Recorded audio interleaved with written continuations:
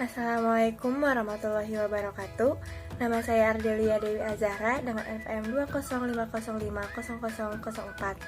Saya dari kelompok 5 Ilmu Sosial Dasar Pendidikan Matematika kelas A. Di sini saya akan membahas mengenai perubahan sosial. Pembahasan pertama yang akan saya sampaikan adalah pengertian perubahan sosial secara umum, pengertian perubahan sosial menurut William F. Cockburn, pengertian perubahan sosial menurut Kingsley Davis, dan pengertian perubahan sosial menurut McIver. Perubahan sosial secara umum dapat diartikan sebagai suatu proses pergeseran atau berubahnya struktur atau tatanan di dalam masyarakat yang meliputi berubahnya pola pikir yang lebih inovatif, sikap, serta kehidupan sosialnya untuk mendapatkan penghidupan yang lebih bermartabat. William F. Cockburn mengemukakan bahwa ruang lingkup perubahan-perubahan sosial meliputi unsur-unsur kebudayaan, baik yang material maupun yang imaterial.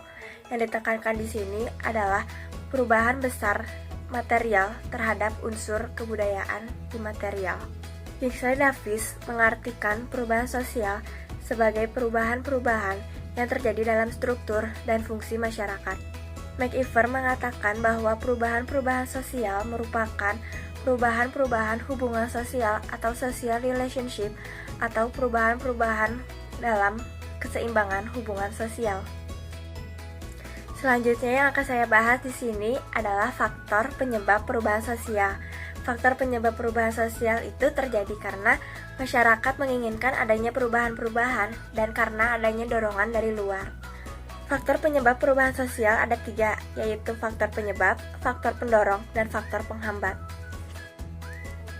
Perubahan berasal dari 2 sumber, yaitu faktor acak dan faktor sistematis. Faktor acak meliputi iklim, cuaca, atau karena adanya kelompok-kelompok tertentu.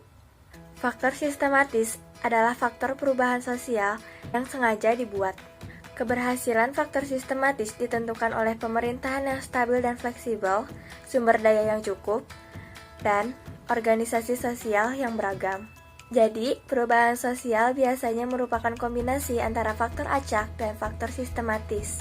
Menurut Surjono Sukanto, yang menyebabkan perubahan sosial dalam masyarakat adalah adanya faktor intern atau yang berasal dari dalam masyarakat dan faktor ekstern atau yang berasal dari luar masyarakat. Faktor intern meliputi perubahan penduduk, penemuan baru, konflik dalam masyarakat, dan pemberontakan atau revolusi yang terjadi di dalam tubuh masyarakat. Sedangkan faktor ekstern meliputi faktor alam yang ada di sekitar masyarakat berubah, peperangan, dan adanya pengaruh dari kebudayaan lain. Faktor pendorong perubahan sosial adalah faktor yang mempercepat perubahan sosial. Faktor pendorong tersebut meliputi kontak dengan masyarakat lain, difusi atau penyebaran unsur-unsur kebudayaan dalam masyarakat, sistem pendidikan yang maju, sikap ingin maju, toleransi, sistem stratifikasi atau lapisan sosial terbuka, penduduk yang heterogen atau beraneka ragam, ketidakpuasan terhadap kondisi kehidupan, orientasi ke masa depan, nilai yang menyatakan bahwa manusia harus berusaha memperbaiki nasibnya, disorganisasi atau pertikaian dalam keluarga, dan sikap mudah menerima hal-hal baru.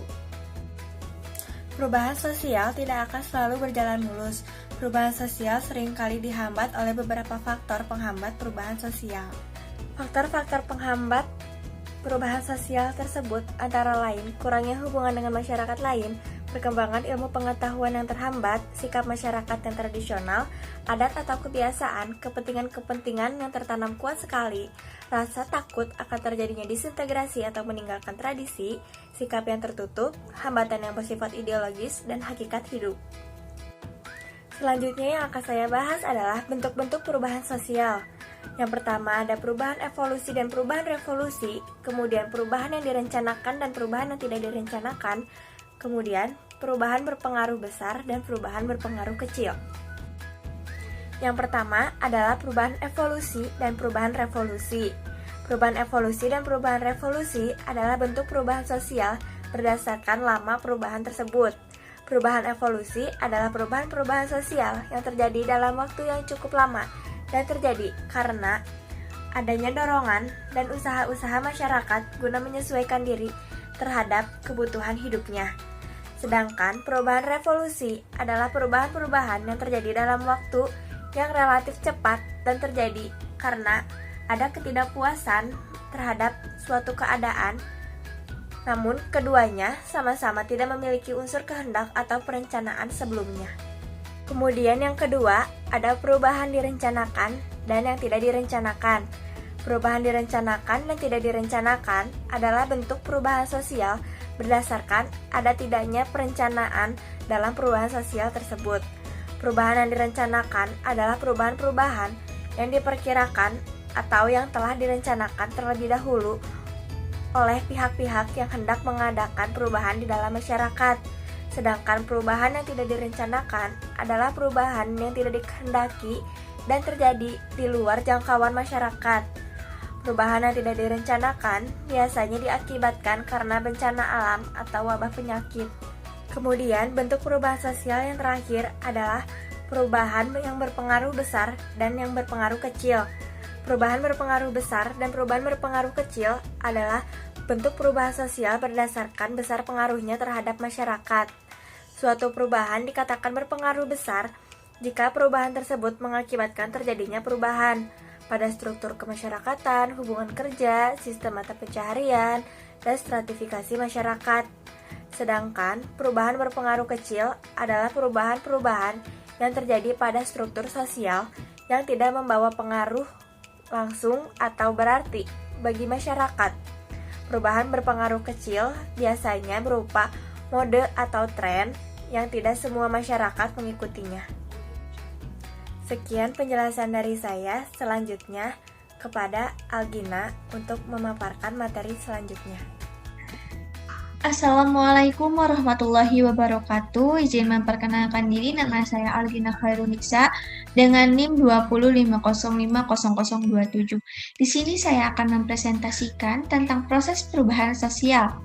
Nah, ada beberapa proses perubahan sosial. Yang pertama, itu ditandai perubahan pada struktur lembaga sosial. Yang kedua, penyesuaian masyarakat terhadap perubahan. Yang ketiga, saluran-saluran perubahan sosial. Yang selanjutnya adalah disintegrasi dan reintegrasi. Baik, kita lanjut kepada materi selanjutnya, yaitu penyesuaian masyarakat terhadap perubahan. Nah, untuk penyesuaian tentunya harus ada kesesuaian atau keserasian juga ya. Nah, kesesuaian masyarakat adalah hal yang paling diidam-idamkan. Keserasian tersebut ditandai dengan keadaan di mana lembaga kemasyarakatan yang pokok benar-benar berfungsi dan saling mengisi. Selanjutnya, ada saluran-saluran perubahan sosial. Nah, saluran-saluran perubahan sosial adalah saluran yang dilalui oleh suatu proses perubahan.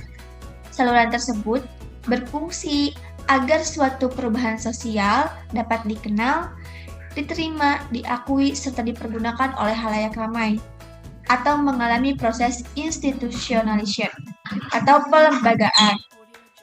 Selanjutnya, disintegrasi dan reintegrasi. Disintegrasi atau disorganisasi, pudarnya norma-norma dan nilai-nilai dalam masyarakat yang disebabkan perubahan-perubahan yang terjadi pada lembaga-lembaga kemasyarakatan. Nah, selanjutnya ada reintegrasi dan reorganisasi. Pembentukan kembali norma-norma dan nilai-nilai baru untuk menyesuaikan diri dengan lembaga-lembaga kemasyarakatan yang mengalami perubahan. Nah, yang selanjutnya yaitu ada perubahan sosial di bidang pendidikan. Nah, ada banyak sekali perubahan sosial di bidang pendidikan. Yang pertama itu adalah cara mengajar. Contohnya kayak penggunaan proyektor dengan baik gitu ya.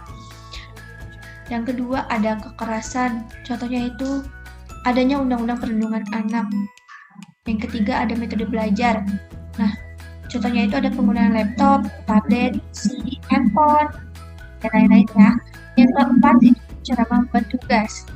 Contohnya kayak bisa di internet, mencetak, dan lain-lainnya, referensi dari buku-buku. Nah, yang kelima ada kurikulum. Kurikulum itu sebenarnya sama seperti kayak mencakup cara belajar, mengajar, dan apa yang diajarkan. Ketika kurikulum berubah, maka guru dan siswa juga harus bisa menyesuaikannya. Selanjutnya, ada dampak perubahan sosial. Nah, dampak perubahan sosial juga terbagi menjadi dua. Ada dampak negatif dan ada juga dampak positif. Pas pasti ya, di mana ada dampak positif pasti ada dampak negatifnya ya teman-teman. Nah, dampak positif, yang pertama ada perkembangan iptek atau ilmu pengetahuan teknologi. Perkembangan ini mengubah nilai-nilai lama menjadi nilai-nilai baru yang dapat memudahkan kehidupan masyarakat menuju perubahan sosial ke arah modern. Nah, yang selanjutnya ada terciptanya lapangan kerja baru, adanya pengembangan perusahaan secara global, dan pembukaan industri kecil sehingga menciptakan lapangan kerja. Nah, untuk yang ketiga, tercipta tenaga kerja profesional. Terciptanya calon tenaga kerja yang memiliki kecakapan, keterampilan, keahlian, dan profesionalisme yang tinggi. Dan yang keempat, nilai dan norma baru terbentuk. Nilai merupakan sesuatu yang baik, penting, dan norma merupakan aturan yang mengikat nilai. Nah, yang selanjutnya ada efektivitas dan efisiensi kerja meningkat. Nah, belakang ini kan ada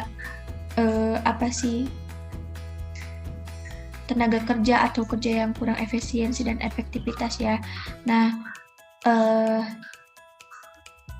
efektivitas dan efisiensi ini berkaitan dengan penggunaan alat produksi sehingga menghasilkan produk yang lebih cepat dan lebih banyak dan tepat sasaran. Nah, selanjutnya ada dampak negatif. Untuk dampak negatif yang pertama itu ada terjadi disintegrasi sosial dikarenakan adanya revolusi, kesenjangan sosial, perbedaan kepentingan yang menyebabkan terjadinya perpecahan dalam masyarakat. Nah, untuk yang kedua yaitu terjadinya pergolakan daerah. Akibatnya kesenjangan ekonomi, tidak memperhatikan tatanan hidup, mengabaikan nilai dan norma, perbedaan agama, ras, suku, bangsa, dan politik. Sekian yang dapat saya sampaikan. Wassalamualaikum warahmatullahi wabarakatuh. Assalamualaikum warahmatullahi wabarakatuh. Saya Tiara Rosa Nur Fadila dengan NPM 205050010. Selanjutnya di sini dampak perubahan sosial yaitu ada kenakalan remaja, yaitu nilai kebebasan budaya barat yang diambil tanpa menyesuaikan kondisi kebudayaan sendiri. Selanjutnya terjadi kerusakan lingkungan. Kerusakan lingkungan terjadi akibat aktivitas masyarakat yang dilakukan secara berlebihan, sehingga menimbulkan banjir, longsor, dan lain-lain.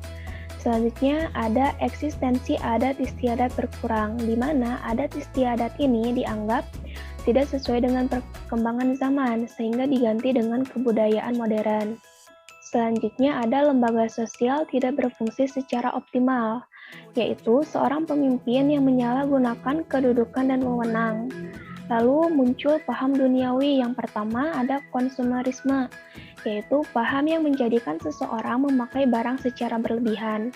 Yang kedua ada sekularisasi, yaitu paham yang memisahkan urusan dunia dengan urusan agama. Yang ketiga ada hedonisme, yaitu paham menganggap hidup bertujuan untuk mencari kebahagiaan dan menghindari prasangka yang menyakitkan. Lalu selanjutnya ada pengertian pembangunan. Pembangunan adalah semua proses perubahan yang dilakukan melalui upaya-upaya secara sadar dan terencana. Perkembangan adalah proses perubahan yang terjadi secara alami sebagai dampak dari adanya pembangunan. Portes 1976 mendefinisikan pembangunan sebagai transformasi ekonomi, sosial, dan budaya. Pembangunan adalah proses perubahan yang direncanakan untuk memperbaiki berbagai aspek kehidupan masyarakat. Hakikat pembangunan di Indonesia adalah pembangunan manusia Indonesia seutuhnya dan pembangunan seluruh masyarakat Indonesia. Menurut Profesor Gulet dan beberapa tokoh lainnya, ada 3 komponen dasar untuk memahami arti pembangunan. Yang pertama yaitu ada kecukupan. Kecukupan adalah kemampuan untuk memenuhi kebutuhan-kebutuhan dasar. Dasar di sini jika tidak dipenuhi akan menghentikan kehidupan seseorang, seperti pangan, sandang, papan, kesehatan, dan keamanan. Fungsi dasar dari semua kegiatan ekonomi hakikatnya adalah untuk memenuhi minimal kebutuhan-kebutuhan dasar tersebut. Maka, bisa dikatakan bahwa keberhasilan pembangunan ekonomi merupakan prasyarat bagi membaiknya kualitas kehidupan. Yang kedua yaitu ada harga diri, yaitu menjadi manusia seutuhnya. Adanya dorongan dari diri sendiri untuk merasa diri pantas dan layak melakukan atau mengerjakan sesuatu dan seterusnya. Keberhasilan pembangunan bukan dilihat dari gedung mewah, melainkan segala hal yang bersifat internal diri, yakni manusianya sendiri harus ikut bangun. Yang ketiga yaitu kebebasan, yaitu kemampuan untuk memilih. Artinya, makna pembangunan harus membagi konsep kemerdekaan manusia. Kemerdekaan atau kebebasan di sini hendaknya diartikan secara luas sebagai kemampuan untuk berdiri tegak, sehingga tidak diperbudak oleh pengejaran aspek-aspek material dalam kehidupan ini. Lalu selanjutnya ada pembangunan di Indonesia. Pengertian pembangunan nasional Indonesia. Pembangunan nasional Indonesia adalah paradigma pembangunan yang terbangun atas pengamalan Pancasila, yaitu pembangunan manusia Indonesia seutuhnya dan pembangunan masyarakat Indonesia seluruhnya dengan Pancasila sebagai dasar, tujuan, dan pedomannya. Pembangunan nasional merupakan cerminan kehendak terus-menerus meningkat kesejahteraan dan kemakmuran rakyat Indonesia secara adil dan merata, serta mengembangkan kehidupan masyarakat dan penyelenggaraan negara yang maju dan demokratis berdasarkan Pancasila. Yang pertama, pengertian pembangunan ekonomi. Pembangunan ekonomi secara umum didefinisikan sebagai serangkaian usaha dalam suatu perekonomian untuk mengembangkan kegiatan ekonominya, sehingga infrastruktur lebih banyak tersedia, perusahaan semakin banyak dan semakin berkembang, taraf pendidikan semakin tinggi dan teknologi semakin meningkat. Diartikan juga sebagai suatu proses kenaikan pendapatan total dan pendapatan per kapita dengan memperhitungkan adanya pertambahan penduduk dan disertai perubahan fundamental dalam struktur ekonomi suatu negara dan pemerataan pendapatan bagi penduduk suatu negara. Yang kedua yaitu program pemerintah mengenai pembangunan ekonomi di Indonesia. Yang pertama ada ekonomi kreatif. Menurut Hawkins, ekonomi kreatif adalah kegiatan ekonomi dalam masyarakat yang menghabiskan sebagian besar waktunya untuk menghasilkan ide, tidak hanya melakukan hal-hal yang rutin dan berulang. Ekonomi kreatif lebih banyak muncul dari industri kecil menengah yang dalam produksinya tidak membutuhkan skala dalam jumlah besar, tetapi industri ini berkontribusi positif terhadap perkembangan perekonomian Indonesia. Yang kedua ada Pasar Bebas ASEAN, MEA. ASEAN merupakan sebuah organisasi geopolitik dan ekonomi dari negara-negara kawasan Asia Tenggara yang didirikan untuk meningkatkan pertumbuhan ekonomi, kemajuan sosial, serta pengembangan kebudayaan negara-negara anggotanya, serta mengajukan perdamaian di tingkat regionalnya. Tujuan adanya pasar bebas ASEAN ini adalah untuk meningkatkan daya saing ASEAN sebagai basis produksi dalam pasar dunia melalui penghapusan bea dan halangan non-bea dalam ASEAN, serta menarik investasi asing langsung ke ASEAN. Assalamualaikum warahmatullahi wabarakatuh. Perkenalkan, nama saya Nisa Nahdia dengan NPM 205050001. Selanjutnya, peningkatan pendapatan per kapita melalui bidang kelautan. Pendapatan per kapita adalah besarnya pendapatan rata-rata penduduk di suatu negara. Perikanan merupakan sektor yang menjamin pendapatan per kapita saat ini. Perikanan terbagi menjadi dua, yaitu perikanan darat atau air tawar dan perikanan laut atau air asin. Sektor ini juga menjadi salah satu penyumbang devisa bagi Indonesia, yang tentunya mempengaruhi pendapatan per kapita Indonesia. Yang selanjutnya ada pembangunan sosial. Yang pertama, pengertian pembangunan sosial. Pembangunan sosial menurut Midgley adalah a process of linear social change designed to promote the well-being of the population as a whole in conjunction with a dynamic process of development. Jadi, pokok pikiran Midgley adalah pembangunan sosial tidak akan dapat dijalankan tanpa adanya keterpaduan dengan pembangunan ekonomi. Edi Suharto mengartikan pembangunan sosial sebagai suatu pendekatan pembangunan yang mempunyai tujuan meningkatkan kualitas kehidupan manusia secara paripurna, yakni memenuhi kebutuhan manusia yang terentang mulai dari kebutuhan fisik sampai sosial. Jadi, pembangunan sosial adalah proses pembangunan yang direncanakan dan diselaraskan dengan pembangunan ekonomi yang bertujuan untuk meningkatkan taraf hidup masyarakat berdasarkan keadilan. Yang kedua ada program pemerintah mengenai pembangunan sosial. Yang pertama ada program BPJS. Program jaminan sosial merupakan program perlindungan yang bersifat dasar bagi tenaga kerja yang bertujuan untuk menjamin adanya keamanan dan kepastian terhadap risiko-risiko sosial ekonomi dan sarana penjamin arus penerima penghasilan bagi tenaga kerja dan keluarganya akibat dari terjadinya risiko sosial dan pembiayaan yang terjangkau oleh pengusaha dan tenaga kerja. Macam-macam BPJS diantaranya BPJS Ketenagakerjaan atau LHK seperti Jaminan Kecelakaan Kerja, JKK, Jaminan Kematian atau JK, Jaminan Hari Tua atau JHT, serta BPJS Kesehatan. Yang kedua ada pemberdayaan nelayan. Salah satu percepatan kesejahteraan bagi nelayan adalah dengan dibuatnya peraturan pemerintah atau PP dengan pemberdayaan masyarakat nelayan dan pembudayaan skala kecil. PP tersebut sebagai peraturan pelaksana Undang-Undang Nomor 45 Tahun 2009 tentang perikanan yang sampai sekarang belum ada peraturan pelaksanaannya. Yang selanjutnya ada dampak pembangunan di Indonesia, yaitu dampak pembangunan ekonomi. Nah, dampak pembangunan ekonomi ini dibagi menjadi dua, yaitu dampak positif pembangunan ekonomi dan dampak negatif pembangunan ekonomi. Yang selanjutnya ada dampak positif pembangunan ekonomi. Yang pertama, melalui pembangunan ekonomi, pelaksanaan kegiatan perekonomian akan berjalan lebih lancar dan mampu mempercepat proses pertumbuhan ekonomi. Dan yang kedua adanya pembangunan ekonomi dimungkinkan terciptanya lapangan pekerjaan yang dibutuhkan oleh masyarakat, dengan demikian akan mengurangi pengangguran. Yang ketiga, terciptanya lapangan pekerjaan akibat adanya pembangunan ekonomi secara langsung bisa memperbaiki tingkat pendapatan nasional. Yang keempat, melalui pembangunan ekonomi dimungkinkan adanya perubahan struktur perekonomian dari struktur ekonomi agraris menjadi struktur ekonomi industri, sehingga kegiatan ekonomi yang dilaksanakan oleh negara akan semakin beragam dan dinamis. Yang kelima, pembangunan ekonomi menuntut peningkatan kualitas sumber daya manusia, sehingga dalam hal ini dimungkinkan ilmu pengetahuan dan teknologi berkembang dengan pesat. Nah, yang selanjutnya ada dampak negatif pembangunan ekonomi. Yang pertama, adanya pembangunan ekonomi yang tidak terencana dengan baik mengakibatkan adanya kerusakan lingkungan hidup. Yang kedua, industrialisasi mengakibatkan berkurangnya lahan pertanian.